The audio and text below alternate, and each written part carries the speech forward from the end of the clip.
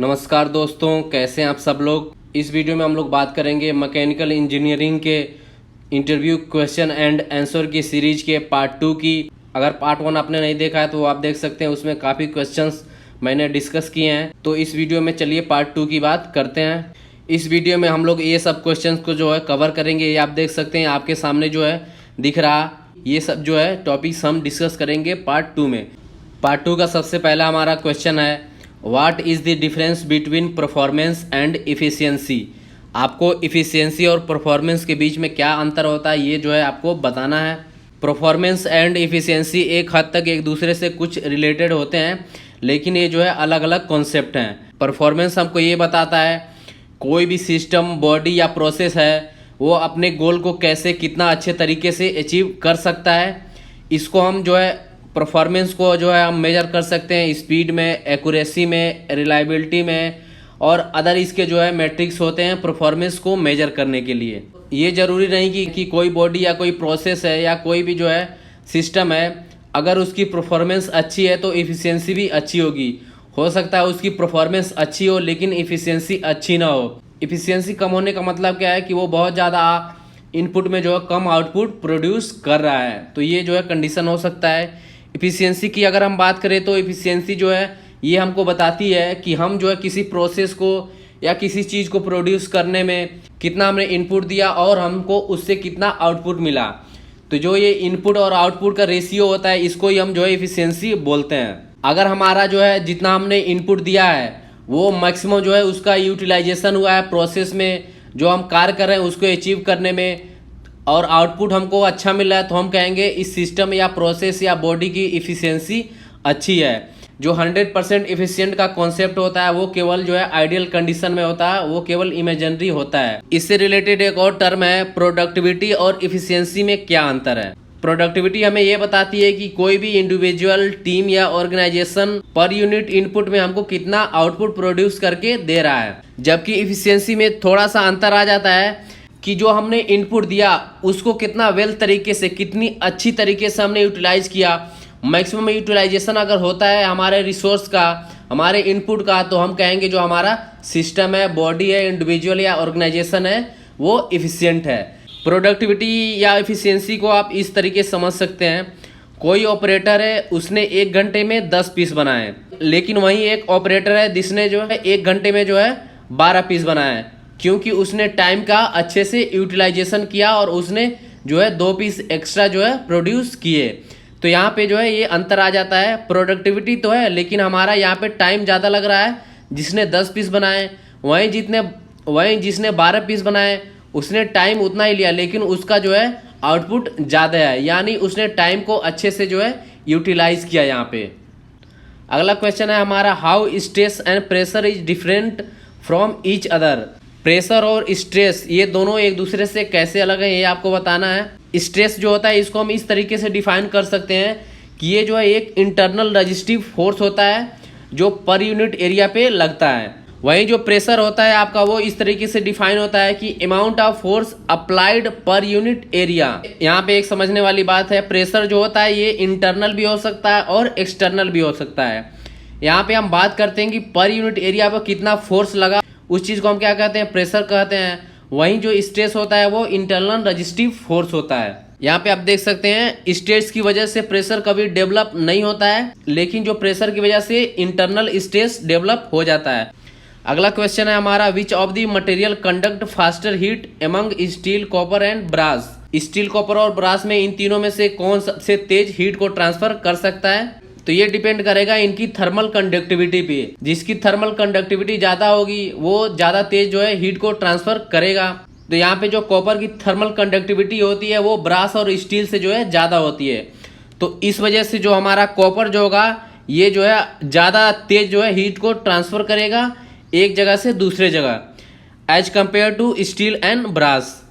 अगला क्वेश्चन हमारा, वेंचुरीमीटर का यूज हम कहाँ करते हैं, किस चीज़ के लिए हम वेंचुरीमीटर का यूज करते हैं। वेंचुरीमीटर एक जो है मैकेनिकल डिवाइस होता है जिसका यूज हम जो है पाइप में जो फ्लूइड फ्लो करता है उसके रेट ऑफ फ्लो को जो है हम मेजर करने के लिए करते हैं। इसको डेवलप किया था इटालियन फिजिसिस्ट जीबी वेंचुरी ने और इनके ही नाम पे इस जो है डिवाइस का नाम रखा गया वेंचुरीमीटर। ये आप देख सकते हैं, ये जो है इसका एक डायग्राम है। वहीं जो है इसका जो प्रैक्टिकल एप्लीकेशन यहाँ पे भी आपको दिखाया गया है। ये जो पोर्शन आपको दिख रहा है, ये जो वेंचुरोमीटर है जो दो पाइप को आपस में कनेक्ट कर रहा है, और यहाँ पे इससे हमको रेट ऑफ फ्लो का जो है पता चलेगा।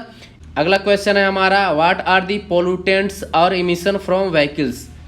तो जो मेजर पोल्यूटेंट्स होते हैं जो हमारे व्हीकल से निकलते हैं वो होता है carbon monoxide, nitrogen oxide, oxide of sulphur. ये जो है मेजर इमिटिंग पोल्यूटेंट्स होते हैं जो कि हमारे व्हीकल से निकलते हैं। जब हमारे व्हीकल में कंबस्शन होता है, फ्यूल जब बर्न करता है, तो ये जो है पोल्यूटेंट्स निकलते हैं। और भी कुछ पोल्यूटेंट्स हैं, जैसे आपका फोटोकेमिकल ऑक्सीडेंट हो गया, एयर टॉक्सिक मटेरियल्स हो गए, और ये आप देख सकते हैं बेंजीन हो गया, एल्डिहाइड हो गया, और पार्टिकुलर मैटर जो होते हैं ये भी जो है इमिशन से निकलते हैं। हाइड्रोकार्बन हो गया, ये जो है पोल्यूटेंट्स होते हैं जो हमारे व्हीकल के इमिशन से निकलते हैं, जो कि काफ़ी डेंजरस होते हैं। अगला क्वेश्चन हमारा, distinguish between ductile and brittle material. Brittle और डक्टाइल मटेरियल के बीच में आपको अंतर बताना है। अगर आपको डिटेल में जानना है डक्टाइल और ब्रिटल मटेरियल क्या होता है, तो मैंने एक वीडियो बनाई है mechanical properties of materials, link description में है, आप वहां से जाके देख सकते हैं। मैंने उसमें एक्सप्लेन किया है जितनी भी मैकेनिकल प्रॉपर्टीज होती है मटेरियल की, उनको डिटेल्स में, तो वहाँ आपको ज़्यादा अच्छे से आइडिया लगेगा। फिलहाल इसमें डिफरेंस देख लेते हैं क्या होता है। डक्टाइल जो मटेरियल होता है, अगर उस पर हम टेंसाइल लोड लगाते हैं, एक तरह से आप कहें अगर उसको हम खींचते हैं तो वो ईजिली जो है वायर में कन्वर्ट हो जाता है, ईजिली जो है डिफॉर्म हो जाता है। वहीं जो ब्रिटल मटेरियल होता है ये जो है इतना लोड बियर नहीं कर पाता है, अगर आप इस पर टेंसाइल लोड लगाते हैं तो ये जो है फ्रैक्चर हो जाता है, ईजिली जो है फ्रैक्चर हो जाता है। लेकिन जो ब्रिटल मटेरियल होते हैं ये कंप्रेसिव लोड जो है अच्छे से बियर कर लेते हैं, यानी जहाँ कंप्रेसिव लोड का एप्लीकेशन होता है वहाँ हम ब्रिटल मटेरियल का यूज करते हैं। तो डक्टाइल मटेरियल जो टेंसाइल लोड जो है अच्छी तरीके से बियर करता है, और ब्रिटल मटेरियल जो है कंप्रेसिव लोड जो है बियर कर सकता है। यहाँ पे आप देख सकते हैं ये जो है आपका ब्रिटल मटेरियल है जो कि पिन पॉइंट बनने से पहले यहाँ पे टूट गया है। वहीं यहाँ पे आप देख सकते हैं डक्टाइल मटेरियल है, यहाँ पे जो है ये शेप बनता है, वी टाइप का शेप बनता है जो कि 45 डिग्री पे होता है। जब हम टेंसाइल टेस्ट करते हैं तो ये जो है काफ़ी लोड करने के बाद ये इलास्टिक लिमिट में रहता है, फिर प्लास्टिक रेंज में जाता है, फिर जो इसका अल्टीमेट स्ट्रेंथ होता है उस रेंज में जाता है, और फाइनली उसके बाद हम अगर लोड बढ़ाते हैं तो फ्रैक्चर कर जाता है। जैसा कि आप इस ग्राफ में देख सकते हैं, जो डक्टाइल मटेरियल होता है वो ज़्यादा एनर्जी एब्जॉर्ब करता है, यानी ज़्यादा देर तक लोड को बियर कर सकता है। वहीं जो ब्रिटल मटेरियल होता है ये कम एनर्जी एब्जॉर्ब करता है और ये जो है तुरंत टूट जाता है। तो ये जो है अंतर होता है डक्टाइल और ब्रिटल मटेरियल का। चलिए अगले क्वेश्चन की तरफ चलते हैं। अगला क्वेश्चन है हमारा, व्हाट इज़ इन्वेंट्री।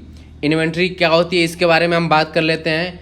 जब भी आप इंडस्ट्री में रहते हैं, प्रोडक्शन में रहते हैं, तो इन्वेंट्री मैनेज करना बहुत ही ज़रूरी होता है। इन्वेंट्री मैनेजमेंट एक जो है प्रोसेस होता है जिसके थ्रू हम इन्वेंट्री को मैनेज करते हैं।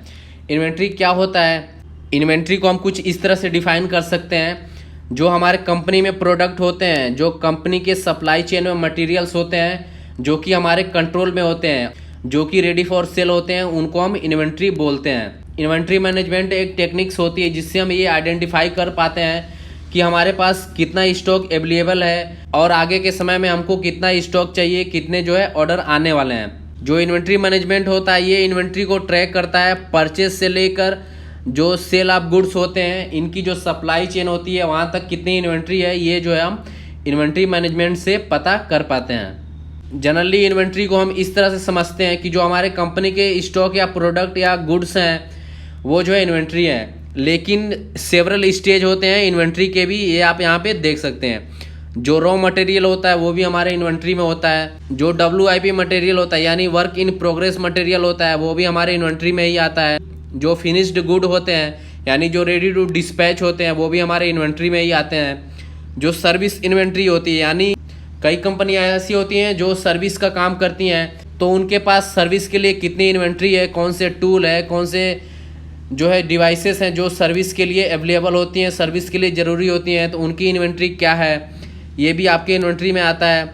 इन ट्रांजिट इन्वेंट्री यानी ऐसा मटेरियल जो कि ना ही सप्लायर के पास आया और ना ही जो है कस्टमर के पास आया है, यानी वो रास्ते में बीच में है।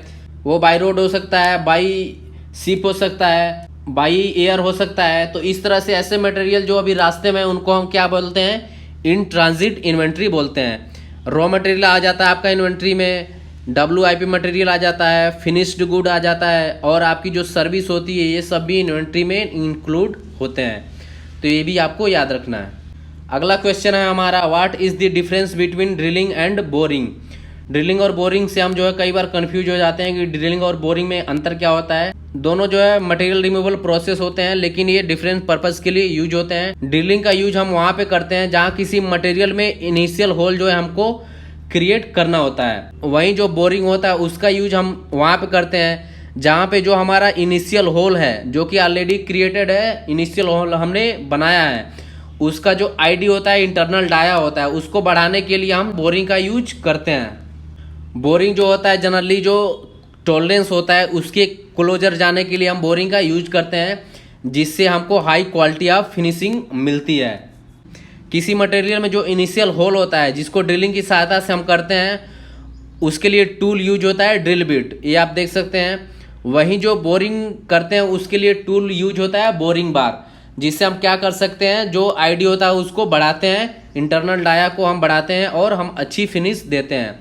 एक और प्रोसेस आपका आता है रिमिंग, जिससे हम और जो है फिनिश और जो है क्लोजर टॉलरेंस को हम जो है अचीव कर पाते हैं, और जिसके लिए यूज होता है टूल रिमर। ये आप देख सकते हैं, ये जो है ड्रिल बिट, बोरिंग बार और यहाँ पे रिमर है, ये डिफरेंट जो है पर्पस के लिए यूज होते हैं। तो ये जो बेसिक डिफरेंस होता है ड्रिलिंग एंड बोरिंग में। चलिए अगले क्वेश्चन की तरफ बढ़ते हैं। अगला क्वेश्चन हमारा, what is the Mach number. Mach number क्या होता है ये आपको बताना है। तो मैक नंबर बेसिकली किसी भी ऑब्जेक्ट की स्पीड होता है, उसको स्पीड आप साउंड से कंपेयर करके हम बताते हैं। तो मैक नंबर क्या होता है, मैक नंबर जो है रेशियो होता है speed of object divided by speed of sound. अगर कोई ऑब्जेक्ट है उसकी स्पीड 1 मैक से कम है तो उसको हम बोलते हैं सबसोनिक। अगर कोई ऑब्जेक्ट है उसकी स्पीड 1 मैक है तो उसको हम बोलते हैं ट्रांससोनिक। अगर कोई ऑब्जेक्ट है जिसकी स्पीड 1 मैक से ज़्यादा है तो उसको हम बोलते हैं सुपरसोनिक। और ऐसा कोई ऑब्जेक्ट जिसकी स्पीड 5 मैक से भी ज़्यादा हो उसको हम हाइपरसोनिक बोलते हैं, जो कि आज के समय में आप बहुत सुनते होंगे। आज की जो दुनिया है वो हाइपरसोनिक मिसाइल के रेस में बहुत दौड़ रही है, जिसमें यहाँ पे रसिया ने हाइपरसोनिक मिसाइल जो है बना लिया है, वहीं चाइना भी बना रहा है, अमेरिका भी बना रहा है, और इंडिया भी जो है रसिया के साथ कोलैबोरेशन करके ब्रह्मोस के रूप में हाइपरसोनिक मिसाइल बनाने की जो है प्लानिंग कर रहा है। अगला क्वेश्चन हमारा, व्हाट इज़ क्वालिटी। अगर हम क्वालिटी की बात करें ISO 9001 के अकॉर्डिंग, ISO 9001 एक सर्टिफिकेशन होता है जो कि हमको QMS यानी क्वालिटी मैनेजमेंट सिस्टम का जो सर्टिफिकेशन देता है। ये सर्टिफाई करता है कि इस कंपनी, इस इंडस्ट्री या इस ऑर्गेनाइजेशन का जो QMS सिस्टम है वो बढ़िया है, वेल ऑर्गेनाइज्ड है। ये जो है सर्टिफिकेशन हमको मिलता है ISO 9001 से। तो इसके अनुसार अगर हम क्वालिटी की बात करें तो क्वालिटी जो है एक डिग्री होती है किसी भी ऑब्जेक्ट के सेट ऑफ इनहेरेंट कैरेक्टरिस्टिक्स की, जो कि फुलफिल करता है कस्टमर के रिक्वायरमेंट को। कोई ऑब्जेक्ट है उसमें क्या क्या फीचर्स हैं, उसमें उसके क्या क्या जो है डायमेंशंस हैं, अगर वो कस्टमर के रिक्वायरमेंट को फुलफिल करता है तो हम कहेंगे उसकी क्वालिटी अच्छी है। क्वालिटी को आप इस तरह से भी डिफाइन कर सकते हैं, क्वालिटी जो होती है किसी भी प्रोडक्ट या सर्विस की वो डिग्री ऑफ एक्सेलेंस होती है जो हमारे कस्टमर के एक्सपेक्टेशन को मीट करती है या उससे एक्सीड करती है, यानी जो हमारे कस्टमर का रिक्वायरमेंट है उसको फुलफिल करती है या उससे और बेटर परफॉर्म करती है। तो इस चीज़ को हम कहेंगे क्वालिटी।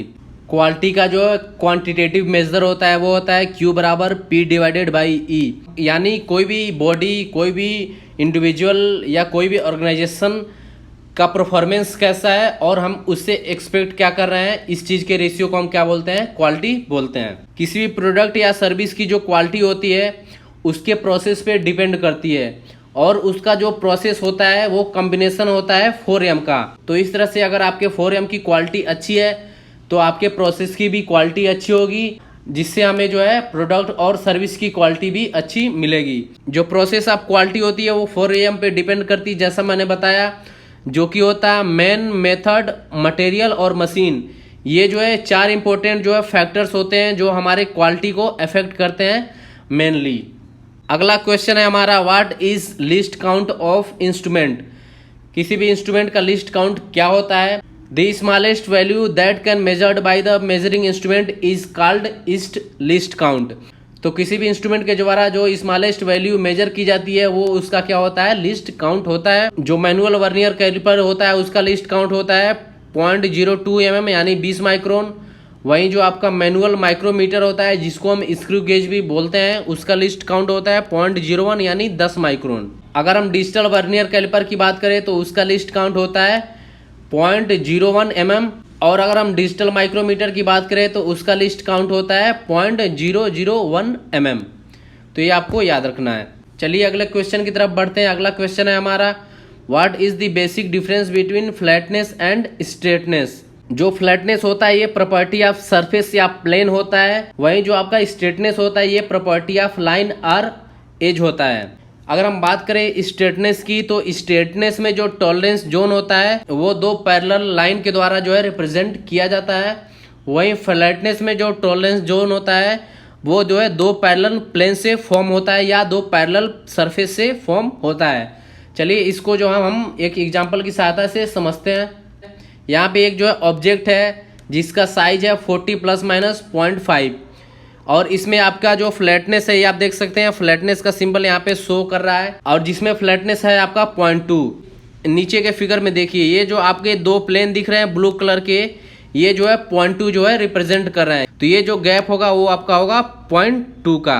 फ्लैटनेस को हम जो है filler gauge, magnetic block, coordinate measuring machine, screw gauge और डायल गेज की सहायता से मेजर करते हैं।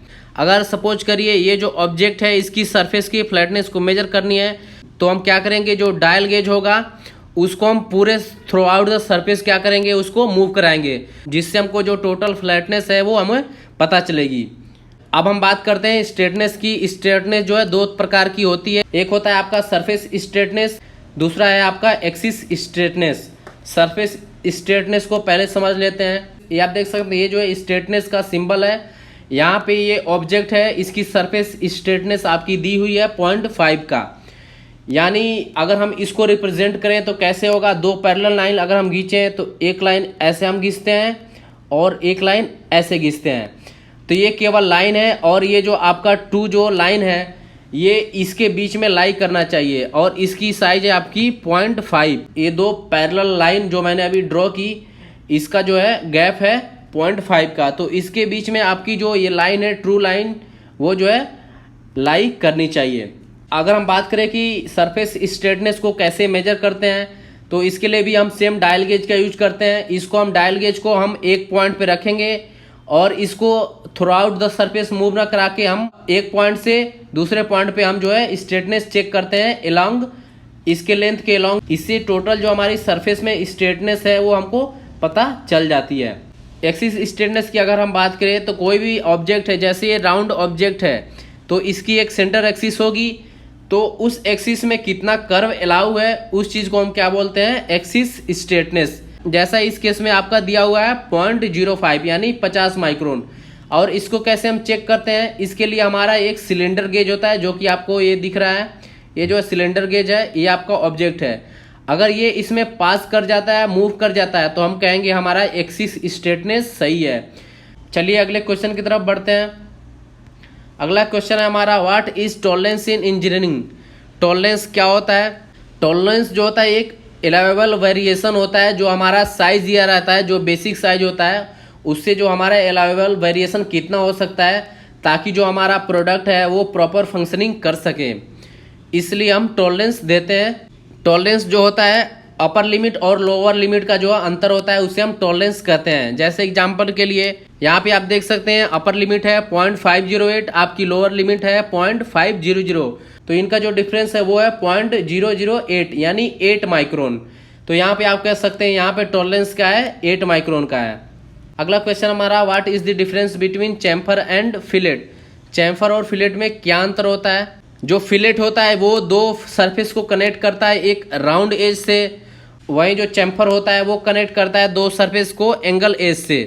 जनरली जो चैम्फर होता है इसमें एंगल 45 डिग्री का होता है। फिलेट जो होता है ये जो है बेटर होते हैं लोड बियरिंग पार्ट्स के लिए, जबकि जो चैम्फर होता है ये जो है जो मेटिंग पार्ट्स होते हैं, जो असेंबली पार्ट्स होते हैं उनके लिए चैम्फर जो है ज़्यादा सूटेबल होता है।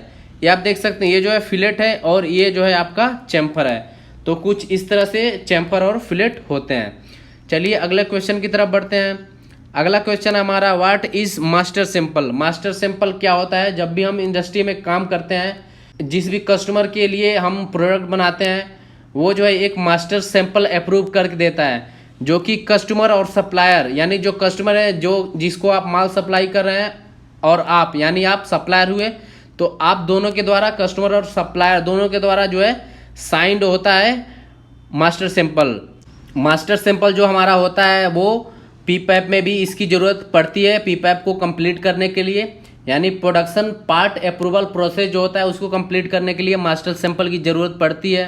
मास्टर सैंपल जो होता है वो प्रोडक्शन में बेंचमार्क के तौर पे यूज होता है, और जो ऑपरेटर और जो क्वालिटी इंस्पेक्टर होते हैं वो मास्टर सैंपल की सहायता से मास्टर सैंपल को रेफरेंस लेके जो पार्ट्स जो होते हैं उनको चेक करते हैं। अगला क्वेश्चन हमारा, व्हाट इज पोका योग। पोका योग क्या होता है, इसके बारे में बताइए।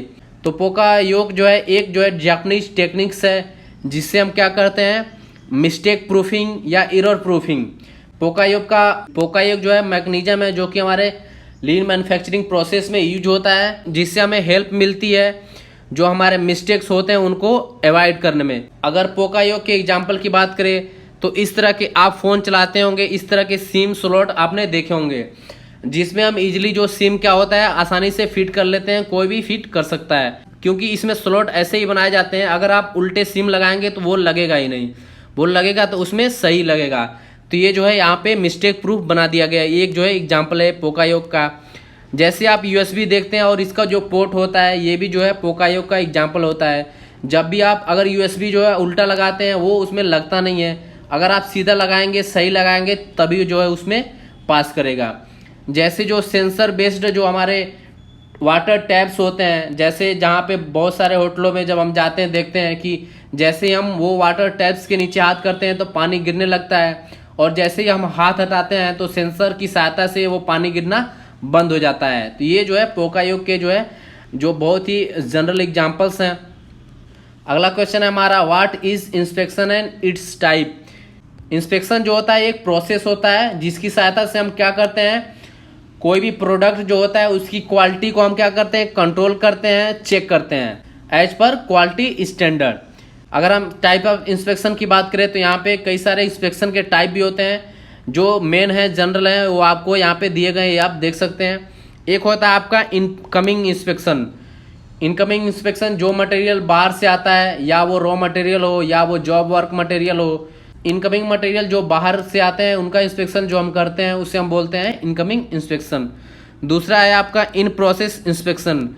इन प्रोसेस में जो भी मटेरियल बन रहा है, प्रोडक्शन रन हो रहा है, जो भी मशीन चल रही है, मशीनिंग हो रही है, तो वो जो इंस्पेक्शन होता है उसे इन प्रोसेस इंस्पेक्शन कहते हैं। इसमें कई तरह के इंस्पेक्शन आते हैं, जैसे सेटअप अप्रूवल इंस्पेक्शन। किसी भी मशीन पे कौन से मटेरियल की सेटिंग लग रही है उसका अप्रूवल जो होता है क्वालिटी इंस्पेक्टर देता है, तो इस इंस्पेक्शन को क्या कहते हैं, सेटिंग अप्रूवल इंस्पेक्शन। दूसरा है जो आपका लाइन इंस्पेक्शन या पेट्रोलिंग इंस्पेक्शन। सेटअप अप्रूवल के बाद जब मशीन जो है रन करने लगती है, प्रोडक्शन होने लगता है, तो बीच बीच में हम एक फ्रीक्वेंसी सेट कर लेते हैं। वो हावरली हो सकती है, 2 आवर हो सकता है, उस पर हम 2 पीस 4 पीस जो है चेक करते हैं। तो इस चीज़ को हम क्या बोलते हैं, लाइन इंस्पेक्शन या पेट्रोलिंग इंस्पेक्शन। इसी में तीसरा जो है आपका first piece and last piece inspection. Setting approval देते समय जो फर्स्ट पीस का इंस्पेक्शन करते हैं, और जब मशीन जो है स्टॉप होने वाली है, बंद होने वाली है, तो जो हमने डायमेंशन, जो हमने स्टैंडर्ड सेट किए फर्स्ट पीस में अप्रूवल में, क्या वो हमारे मशीन बंद होने तक वही है या कुछ उसमें वेरिएशन आया है, इस चीज़ को चेक करने के लिए हम लास्ट पीस का भी इंस्पेक्शन करते हैं।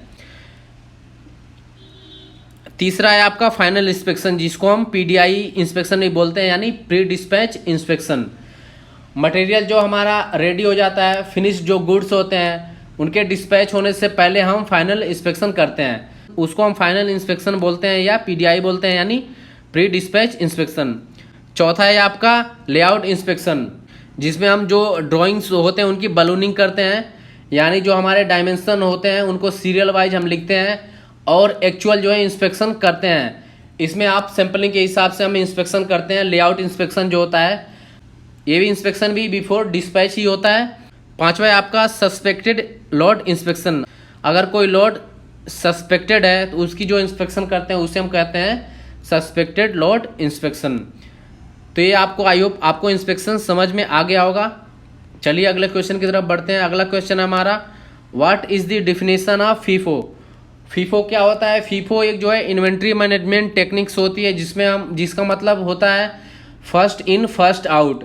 यानी कुछ ऐसे गुड्स होते हैं जो कि हमारे एक्सपायरिंग प्रोडक्ट्स होते हैं, अगर उनको ज़्यादा दिन तक रखते हैं तो वो एक्सपायर हो सकते हैं। इस कंडीशन में क्या होता है, जो गुड्स हमारे पहले आते हैं उनको हम पहले यूज कर लेते हैं, कंज्यूम कर लेते हैं, और जो बाद में आते हैं उनको हम बाद में कंज्यूम करते हैं। जैसे इसके एग्जांपल हैं आपके फूड प्रोडक्ट्स, कॉस्मेटिक्स, मेडिसिन, ये जो है एक्सपायरी प्रोडक्ट्स होते हैं जिनका यूज हम जो है फीफो टेक्निक्स की सहायता से करते हैं। इसमें एक और होता है आपका लीफो, यानी last in first out. Last in first out जो इन्वेंट्री मैनेजमेंट टेक्निक्स है वो यूज होती है नॉन एक्सपायरी प्रोडक्ट के लिए। जैसे कोई मेटल्स है, कोई मटेरियल्स है, तो वो जो लास्ट में आया वो क्या होगा, पहले यूज हो जाएगा, और जो रिसेंट में आ रहा है वो स्टॉक में हमारा रहेगा। तो ये होता है लास्ट इन फर्स्ट आउट, जिसको हम क्या बोलते हैं, लीफो बोलते हैं। ठीक, ये आपको याद रखना है। अगला क्वेश्चन है हमारा, what is the meaning of 5Ps। 5Ps का मतलब क्या होता है? 5Ps जो है एक मैन्युफैक्चरिंग टेक्निक्स है, टूल है, जिनके साथ जो हमारे वर्क प्लेस होते हैं इनकी इफिशियंसी को हम इम्प्रूव करते हैं और जो हमारे वेस्टेज होते हैं उनको हम एलिमिनेट करते हैं। 5Ps में 5Ps का जो मतलब होता है, पहला ऐसा होता है आपका शॉर्ट। अगर हम शॉर्ट की बात करें तो वर्क प्लेस पे बहुत सारे टूल्स, बहुत सारे चीज़ें रखी होती हैं, तो हम क्या करते हैं, जो इनको अलग अलग कर लेते हैं। जिस चीज़ को हमको रिक्वायरमेंट है, ज़रूरत है, यानी अनवांटेड और वांटेड जो हमारे इक्विपमेंट होते हैं उनको अलग अलग कर लेते हैं और उनको एक ऑर्डर में सेट कर लेते हैं, जिसको हम बोलते हैं सेट इन ऑर्डर। यानी जिस वे में हमको जो सा टूल यूज होना है उसको हम एक ऑर्डर में सेट कर लेंगे, और हमारा वर्क प्लेस होगा उसकी जो है साफ सफाई कर लेंगे, क्लीनिंग कर लेंगे, जिसको हम बोलते हैं साइन। और इन तीन चीज़ों को, sort, set in order, shine, इन चीज़ को जो है बनाए रखने के लिए एक हम प्रोटोकॉल बना लेंगे, एक स्टैंडर्ड बना लेंगे कि ये हमको डेली बेसिस पे करना ही है। उसका हम एक स्टैंडर्ड बना लेंगे कि इस तरह से हमको करना है, इसको हम बोलते हैं स्टैंडर्डाइज। पांचवा है आपका सस्टेन या सेल्फ डिसिप्लिन। ऐसा नहीं कि आपने एक दिन 5Ps फॉलो किया, अगले दिन से फिर वही आपका कचड़ा कबाड़ा शुरू हो गया। आपको ये जो रूटीन है ये फॉलो करना है, सेल्फ डिसिप्लिन में लाना है। तो ये जो है 5Ps का मतलब होता है। अगला क्वेश्चन है हमारा, जो कि लास्ट क्वेश्चन है, what is personal protective equipment.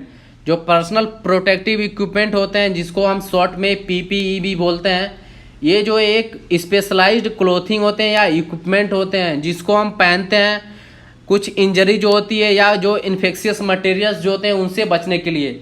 जैसे जब हम इंडस्ट्री में काम करते हैं तो वहाँ पे बहुत सारे इंजरी होने के चांसेस रहते हैं। कहीं कोई मटेरियल गिर गया, क्रेन जो होती है टूट गई, कुछ भी फेल हो सकता है, तो उससे इंजरी हो सकती है। इससे बचने के लिए हम जो है PPE का यूज करते हैं। जहाँ इंडस्ट्री में गैस रिलीज होती है, हीट होता है, आपका नॉइस होता है, तो इन सब चीज़ों से बचने के लिए हम क्या करते हैं, PPE का यूज करते हैं। इसमें आपके आ जाते हैं safety helmet, safety shoes, safety glasses, safety ear plug, safety gloves, safety mask, और जो सेफ्टी जैकेट्स होते हैं जो कि हम रेडिएशन से हमें बचाते हैं। ये सब चीज़ का हम यूज करते हैं सेफ्टी पर्पज़ के लिए। सेफ्टी पर्पज़ के लिए जो हम हेलमेट यूज करते हैं, इसके भी कई तरह के कलर कोडिंग्स होते हैं। जो वाइट कलर का जो हेलमेट होता है ये विजिटर्स जो होते हैं, जो क्लाइंट होते हैं, उनके लिए होता है। और ये जो है आपका बैगनी कलर का होता है, ये स्टाफ के लिए होता है। ग्रीन कलर का आपका सेफ्टी के जो स्टाफ्स होते हैं उनके लिए होता है। और जो ब्लू कलर का होता है ये आपके कॉन्ट्रैक्टर के लिए होता है। और ये जो आपका रेड कलर का होता है ये इलेक्ट्रीशियन के लिए। और ये जो आपका ऑरेंज कलर का होता है ये जो है सिक्योरिटी गार्ड के लिए। और जो येलो कलर का होता है ये आपका लेबर के लिए। तो ये भी अलग अलग कैटेगरी होती है सेफ्टी हेलमेट्स की। तो आई होप आपको PPE समझ में आ गया होगा। इसको यूज करना बहुत ही ज़रूरी होता है। तो चलिए, आई होप आपको वीडियो पसंद आई होगी। अगर आपका कोई कन्फ्यूजन या कोई फीडबैक है तो आप कमेंट बॉक्स में दे सकते हैं। मिलते हैं नेक्स्ट वीडियो में, तब तक के लिए thanks for watching, stay learning, peace out.